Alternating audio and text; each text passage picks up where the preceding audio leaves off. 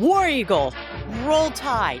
Yes, it's that time of year again. It's Thanksgiving, and that means the Iron Bowl between Auburn and Alabama. And this year it'll be on Saturday, November 28th. You're listening to Crossword, where cultural clues lead to the truth of the word. And my name is Michelle Macklin, your host. And we are talking to Jay Busbee, a Yahoo Sports writer, about his book about the rivalry between Alabama and Auburn and how that shaped the South. I hope you really enjoy this interview. You can find out more about me at bookclues.com. Please tell a friend about my show, and I hope you have a great Thanksgiving. And again, roll tide, War Eagle.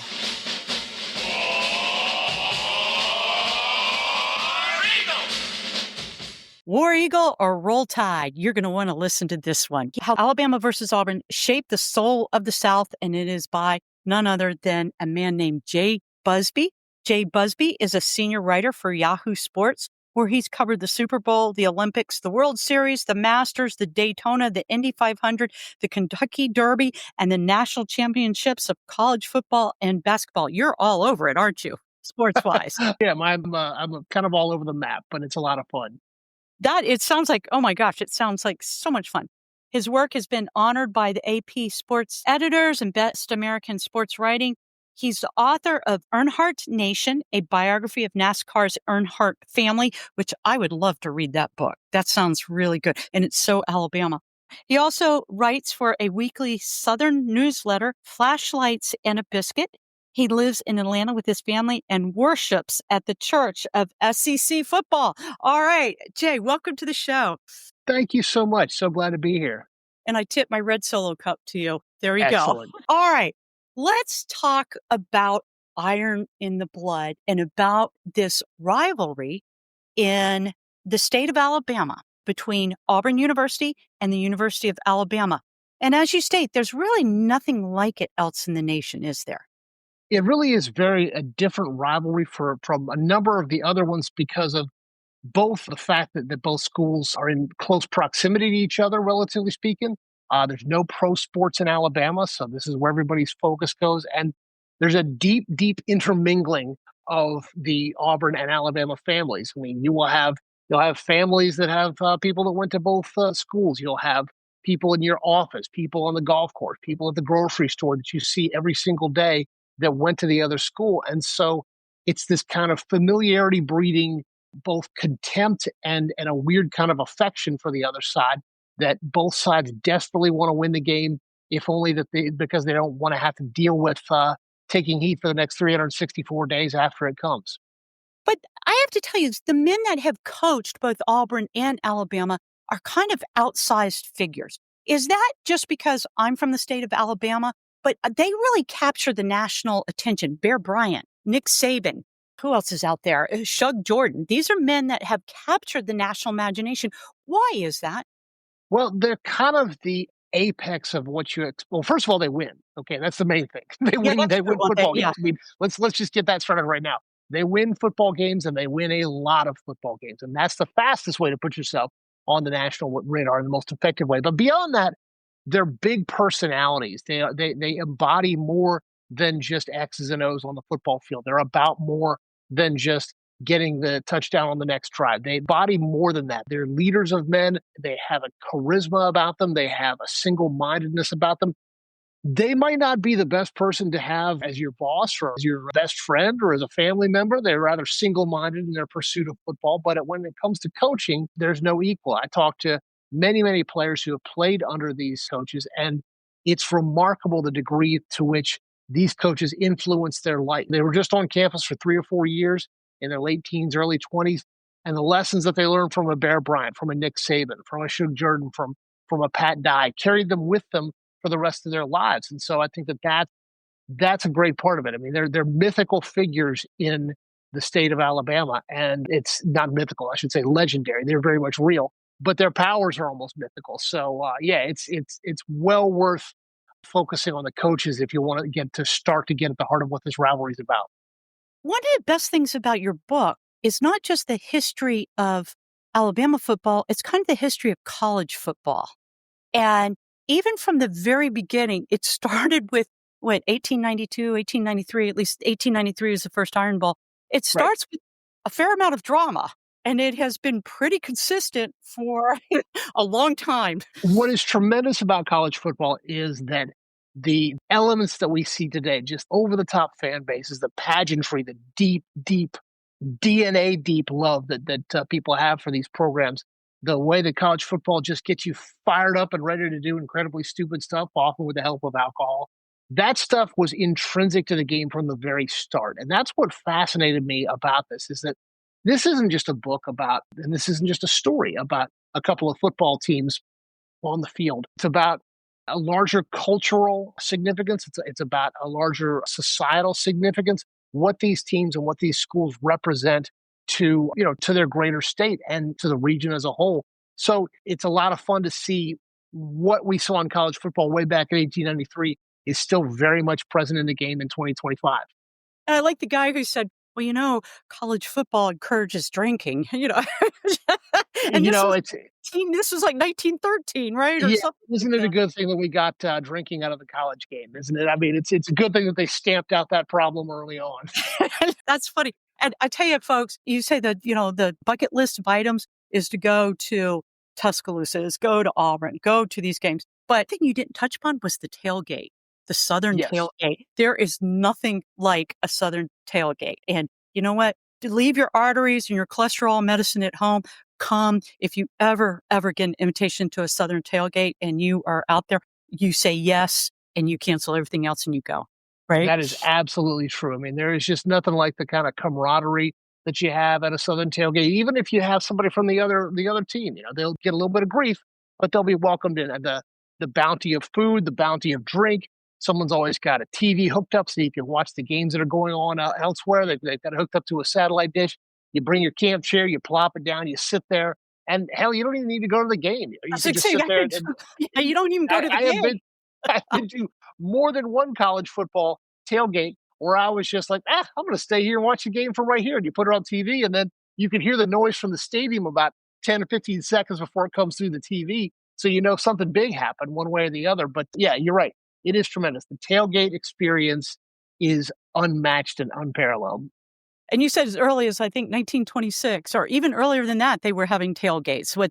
They had one of the first Iron Bowls, they had a tailgate, right? At the very first Iron Bowl, they showed up back in 1893. They showed up with picnic baskets and blankets, and they sat out there. They ate their chicken or whatever they might have pulled out of the picnic baskets and sat there and watched football. I mean, it's as classic as it gets. That's great. One of the things you really show, too, in your book is how Southern football really integrated the South into the Northern culture and how football was actually used to kind of break segregation. And these are two really important things in the state of Alabama, particularly. Yeah, the difficulty that the South had, and it was very much a self-imposed difficulty, so I'm not trying to passive voice my way out of this. In the years after the Civil War, the South was economically ravaged, and they were also spiritually ravaged. They were in a frame of mind where they had been beaten down by the North in every possible way. And so they realized that they weren't too bad at football. And then the key moment of that came in 1926 when Alabama was invited to the Rose Bowl to play Washington, and over much concern and reluctance, they were not sure that Alabama was going to stink up the joint, and they won the game, and they managed to kind of bring honor to the South in that way. Now, again, you can take plenty of issue with the Southern mindset that revered the Civil War, but the fact of the matter is that this gave Southerners something positive to rally around, that college football gave them something positive to focus on and help their self-image. The rest of the country might be ahead of the South economically, educationally, every other way. And again, this is not to absolve the South, but the South played good football, even better football than the rest of the country. And the priorities may be a bit out of whack there in terms of focus on football versus education. But the end result was that the South managed to start to rebuild a bit of its ego, a bit of its esteem through football. And then moving forward into the civil rights era helped the South take that next step forward, because the region could not have functioned without some measure of understanding of what it did well and what it had to offer the nation as a whole. And football was a start to that. Obviously, the South now is economically thriving much more than many other areas of the country. And football was one of many elements, but a very tangible element that kickstarted that. Absolutely. And Alabama's thriving now economically better than Yes. it has in years past. I think it's growing. It's absolutely growing with Birmingham and the technical that has come to Alabama. So that is a good thing. I just read recently in a New York Times article that people are flocking to Alabama and Auburn from the Northeast Oh, yeah. because they want to have fun. I've been on some of those Ivy League campuses up north. And that's where fun goes to die. My goodness. Sorry, Ivy Leaguers out there. But I mean, come to Alabama, come to Auburn, come to Tuscaloosa, Alabama. And I tell you what, it's a lot of fun. It really is. It's just, and Yeah. part of it's the football culture. Part of it's a football culture, certainly. And as a result of the football culture, they're able to offer pretty generous scholarship opportunities to a lot of out-of-state kids to bring them in, and bolster the states and the universities plural images and scholastic weight. And I think that there's a lot to be said for the idea of, yeah, come on down south, enjoy better weather, enjoy some football, have some fun in a way that you can't in a colder northeastern state. But also it does give a kind of cosmopolitan, blended, diverse culture to the universities that I think is desperately needed. If you're raised in one environment, if you're just raised in one southern environment and you go straight on to college at Auburn or Alabama, and you don't have a whole lot of exposure to people from outside of your region, your thinking is limited. Your impressions of the world are limited. You have people coming in from New Jersey, from Ohio, from Long Island, and it opens your mind as a student. It opens your mind as a university. I think that there's nothing but good things that come from that, and football had a large part in that happening as well. Two of my three sons went to Auburn, and they were going to school with people from California, from really kind of all over the nation, which was surprising to me. But yeah, and Auburn was a great experience for them. And I also have a lot of family that went to Alabama. So there's no partiality here. So, and you do very well at handling that in this book. You really Good. do. Thank you. Appreciate that. Tell me about the differences between Auburn and Alabama. And you bring that out really good, that Auburn and Alabama actually do have a very different tenor in the way in their fan base. So what is that difference? And that's a good one. Yeah, the fan base of Auburn tends to call themselves a family. We're part of the Auburn family. And generally, if you are a fan of Auburn, and I'm going to make some big, broad generalizations here, but if you're a fan of Auburn, you have a connection to Auburn. You either went there, or a family member went there, or a close friend went there.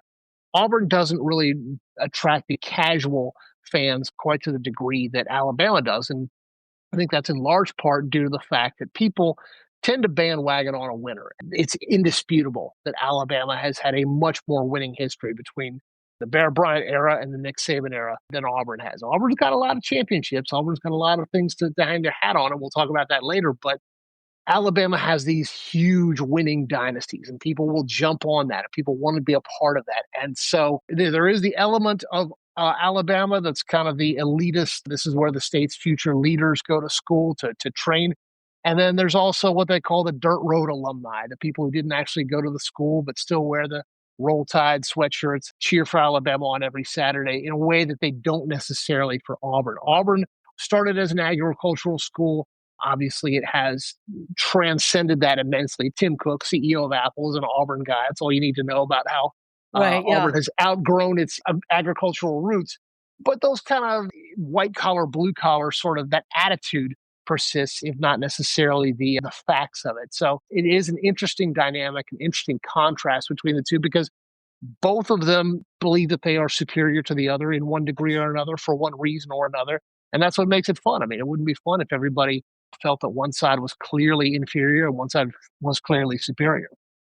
Okay, let's talk a little bit about the Iron Bowl, because that is one of the great rivalries in college football. It's Auburn, Alabama, and I think it's coming up on the 28th. Yes, it's coming up on the Saturday after Thanksgiving. Thanksgiving, right. Is. And this has been really consistent since 1893, right? 92.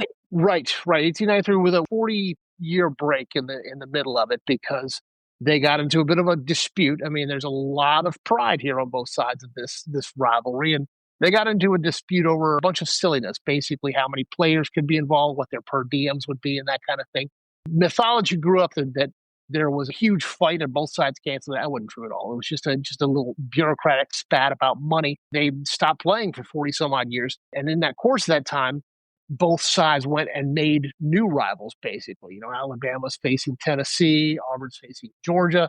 They both kind of grew out on their own until the state legislature said basically, all right, you two get your act together and get back together. People want to see you playing. And if you don't do it, we're going to start taking a little closer look at your finances. And there's nothing that spurs a university to action faster than the threat of a politician kind of digging into their till and taking a look and seeing what their books look like. So they have played ever since for many, many decades now. Yeah, it remains one of the best rivalries in college football, without a doubt. I didn't realize there was a 40-year break. I didn't think Right. Wow. So when was that? That was from 1908 to the 1940s, to the late 1940s. So again, they took a little break in there, and they both went in their separate directions, but soon reunited. Why is it named the Iron Bowl? Because it takes place in Birmingham, took place, I should say, in Birmingham. And it was Shug Jordan that came up with this name, the Iron Bowl. I call it the Iron Bowl from the start, even though the name didn't come around until 1957. Birmingham, before it became a hotbed of technical and medical industry, which it is right now, was the center of a thriving mining operation. It was the Pittsburgh of the South until the mines collapsed and basically went out of business for the large part, and mining moved elsewhere to less expensive locations.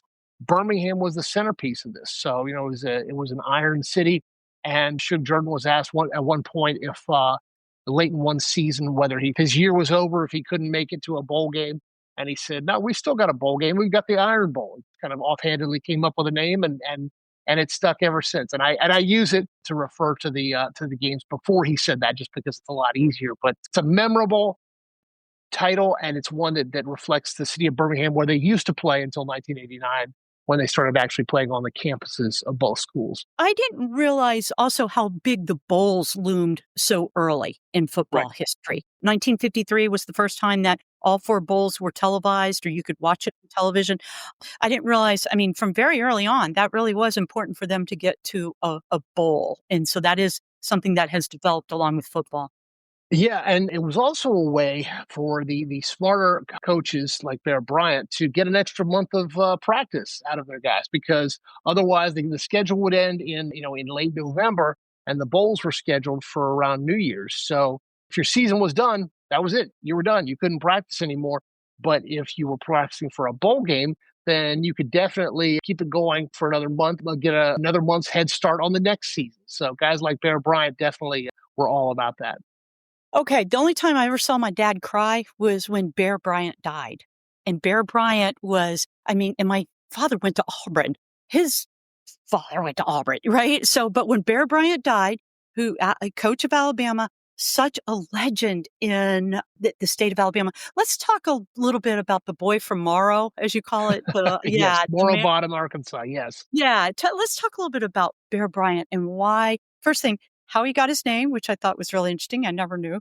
Why he wore the houndstooth hat, and his real genius was. Yeah, he got his name from when he was a young man, and a carnival came through town offering money to wrestle a bear, and he wrestled the bear, and depending on which account you believe, he either wrestled the bear, or the bear got a good lick on him, and then he ran out of the theater where he was wrestling the bear to avoid getting doing more damage.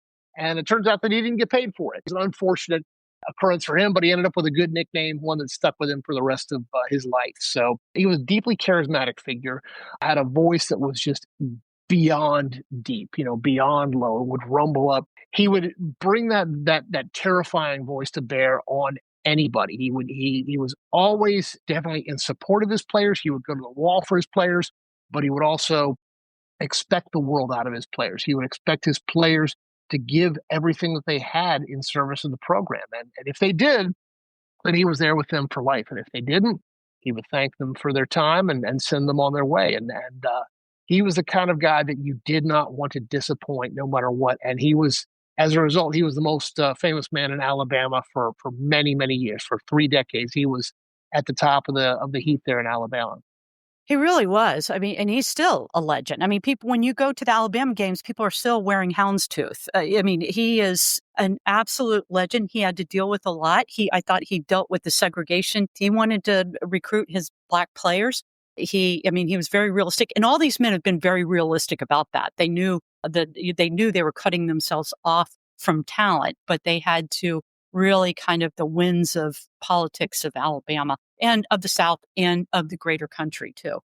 Yeah, he and Governor George Wallace, famous for the stand in the schoolhouse door, famous just ardent segregationists. Two of them were the two most powerful men in Alabama. And, as for who was the more powerful, well, you can debate. And I think that on a personal level, Bryant was far more charismatic, was far more beloved than George Wallace was. But George Wallace could do a lot of damage to the University of Alabama. There's a lot of people who say Bear should have, he was the most powerful man in Alabama. He should have brought Black players in earlier. Well, if he had done that, he would have earned the contempt of George Wallace, who had the ability to cause all kinds of hardship for the university by being the man in charge of Alabama's state coffers. And so Bryant had to walk a fine line there. He knew the progress was coming. He understood this. He recruited Black players long before he started playing them. But he also had to be aware of the way that the tides, no pun intended, were flowing in the state of Alabama. And as they were flowing inexorably toward integration, he could move in that direction, but he could not move faster than the tides. He had to be paying attention to the overall drift of history. I mean, you could argue that he moved faster. You could argue that he moved too slowly. He didn't get integration done at the speed of other states, but it did eventually get done. Sure, and and Alabama didn't get integration done as fast as the other states. So right, yeah, it's not like he was not exactly in the most progressive state in the union. He was fighting an uphill battle to try to get the kind of acclaim and admiration and integration that he wanted to get for these Black players. Talk to us a little bit about Shug Jordan. Yes, Jordan, right? Yes, Shug Jordan. Yes, Shug like sugar, Jordan like Jerrdn. It's his Selma, Alabama accent there. He was a character and a half. He fought in D-Day. He was charged the beaches at Normandy. He didn't talk a whole lot about that, but it shaped him definitely. He was an Auburn man through and through. And he also, he presided over some of the most successful eras in Auburn history. And he also was involved in, or at least was in charge when there were quite a few recruiting scandals and things of that nature going on. Auburn always seems to be bouncing back and forth over the line of legal and illegal as it attempts to kind of keep pace with the bigger, more wealthy Alabama. So Shug Jordan was the kind of guy that he was a little bit rumpled. He was a little bit homey. He used to drink buttermilk in the evenings to settle his stomach. He was a beloved figure in Auburn more because he just treated his players like they were members of his own family. He would have no problem chewing their butts off if they fell for him. But he was the kind of coach that you want to have leading your men. And he also was the kind of guy who was gentle enough to understand when a player needed something that wasn't working through just screaming at him. And so as a result, he still is one of the most beloved figures in Auburn history. His name is on the stadium. His statue out in front of the stadium has him in his rumpled khakis and his fishing cap. And it's pretty funny to see that were it not for Bear Bryant, he would absolutely be one of the most famous figures in the entire state of Alabama. Talk to me about the boosters. Boosters have been a problem ever since the beginning, haven't they? Or not a problem, or let's not supportive of a booster, but talk to and it's a difference between Alabama and Auburn. Talk to me about that. Yeah, particularly at Auburn, the boosters take a very, very, very active interest in what goes on at the university, and they have a whole lot of power, and it takes a very special kind of coach to be able to put them in check. Nick Saban did this at Alabama when he got hired. He basically gathered all the boosters and said, "You're done here. I am running the show. I'm going to run it the way that I want to run it. And you can step aside and watch and cheer. But, your days of influence are done." And Saban was good enough that it paid off. The problem is that at Auburn, some of the boosters that had influence, the coaches were struggling with all kinds of scandals or personal issues. And the boosters were and remain impatient and unhappy. And that has led us to the situation that we've had at Auburn for the last 35 years or so, where boosters have really sort of, to a large extent, guided where the university goes. And as a result, sometimes you've ended up with coaching hires that are extremely bad culture fits or extremely bad strategic fits. And the result is unfortunately what you have now with Auburn, where it's a school that is a bit adrift. Much money as they have and as much interest as there is from boosters, it is a tough environment to coach in. And there are a lot of coaches who would rather not have to answer to that booster consortium that keeps a very close eye on how Auburn runs. We're going to diverge them, but where do you think boosters fit now into the NIL, into all of that? Into the money now that is being thrown around. The money is incredible, Jay. The boosters fit in because their money all of a sudden is legal. The days of them passing a duffel bag full of cash at the Waffle House are not entirely done. For the most part, they're done. You can get a player now, a five-star player out of high school. You can get him with a perfectly legal above board offer of a couple of $1 million. You can draw him in. The trick, though, for Auburn and Alabama is now that boosterism is a great extent legal, people who don't want to be involved with the illegal side of college football, but have money are getting involved. And they're not getting involved necessarily in the SEC. They're getting involved with Michigan, with Ohio State, with the Big Ten, with these other schools. And Auburn and Alabama, they have significant booster endowment, but they don't have it to the level of a Michigan or an Ohio State or even a Texas in their conference. And so I think that down the line, that is going to be a challenge because there is so much money that is flowing into the universities now. And if you don't have a booster base that's capable of matching that, where does that money come from? Interesting. And we're looking at Alabama's rated 10 right now, and Auburn's not even a map. So interesting. Now we've got to talk about, he is Alabama. He's an Alabama god, Nick Saban. Yes. And if you guys don't understand how Nick Saban affects Alabama, I was voting, I think it was in the 2017 election when Jones was running, and I'm in a room full of people and we're filling out our ballots, and someone raised their voice and said, "When you spell Saban, is it A-N or E-N at the end?" Because you were writing his name in. So, he carries like 10% of the vote. Absolutely. Saban's serious. So let's talk about Nick Saban, Mr. Nick Saban, and Miss Terry.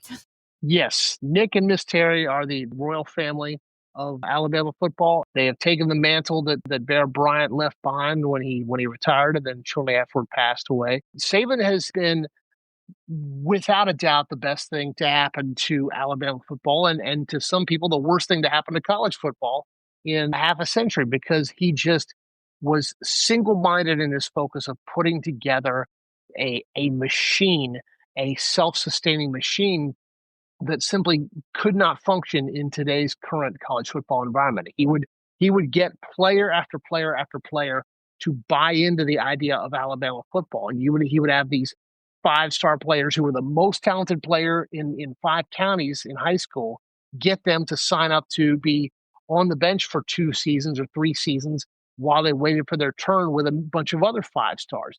Now that's not going to happen.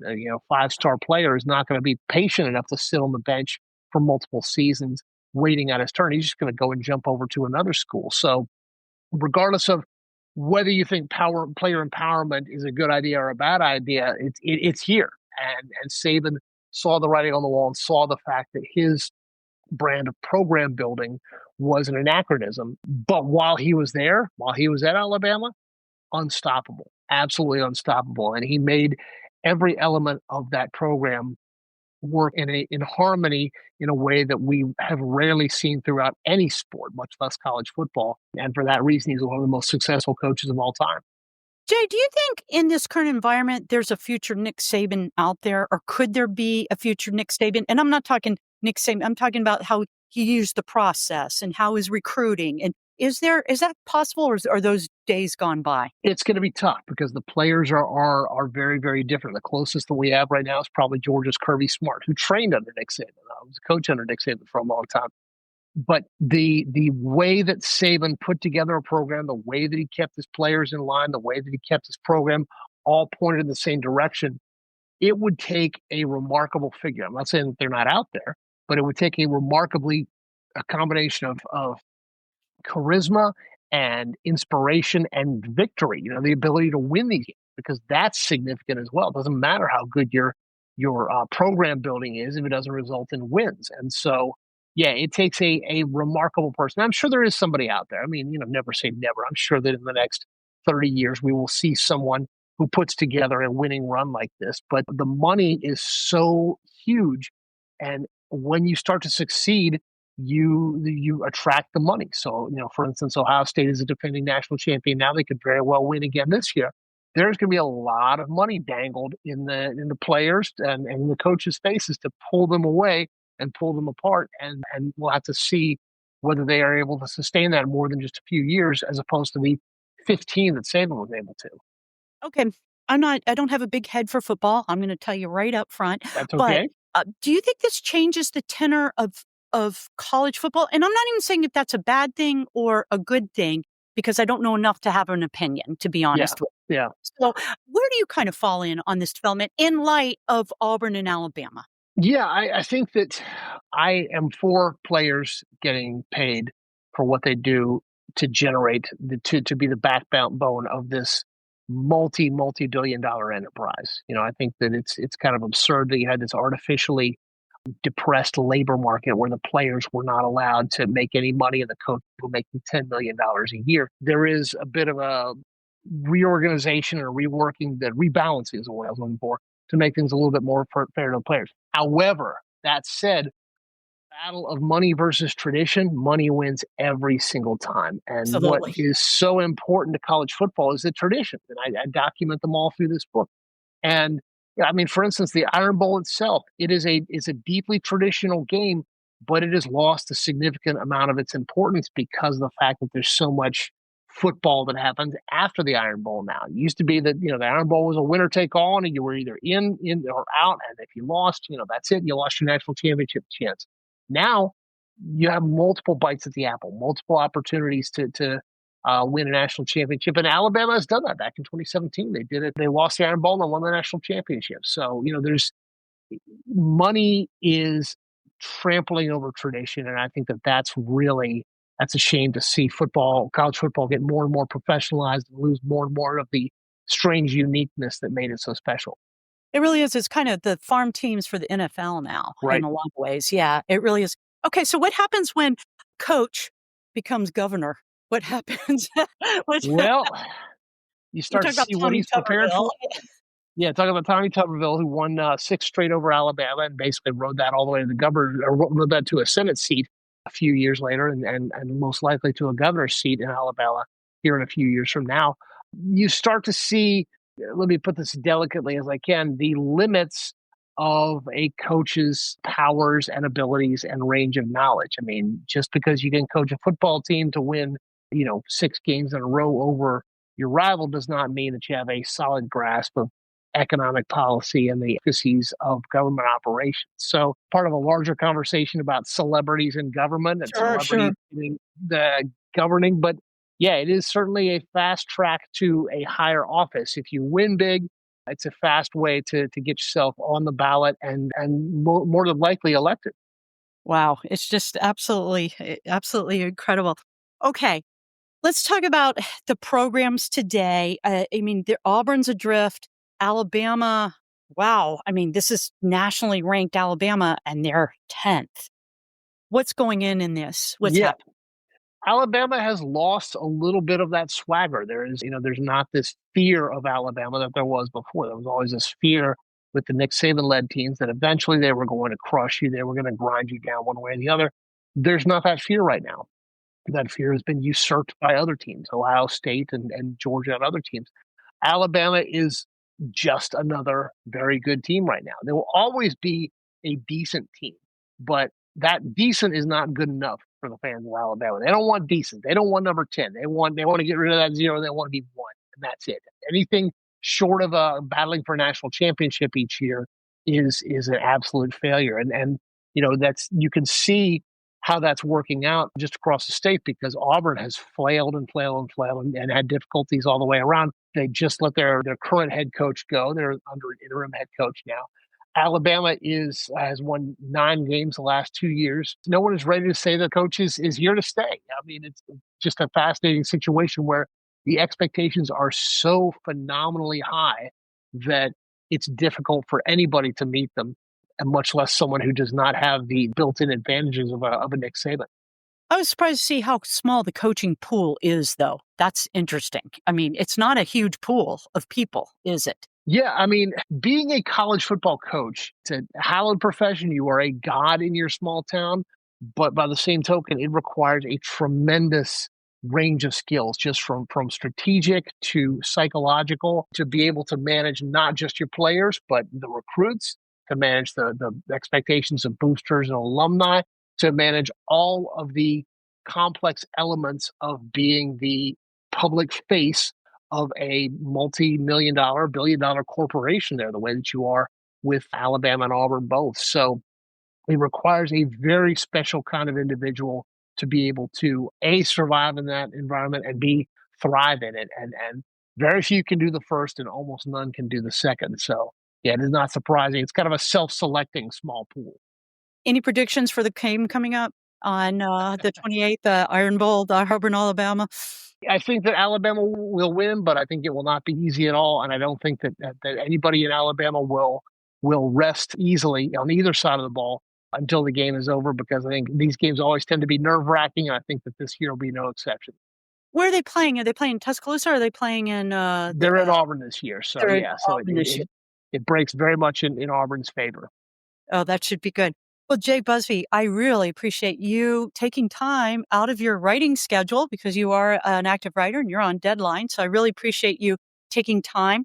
Once again, folks, this is Iron in the Blood, How the Alabama versus Auburn Game Shaped the Soul of the South by Jay Busbee. And you can be found at jaybusbee.com, right? And also at James Busbee. And of course, go to Yahoo Sports, guys, and read Jay Busbee. I really thank you very much. And I've got to say it, War Eagle and Roll Tide, all right? War Eagle, Roll Tide. It has been my absolute pleasure. Thank you so much, Michelle. Thank you.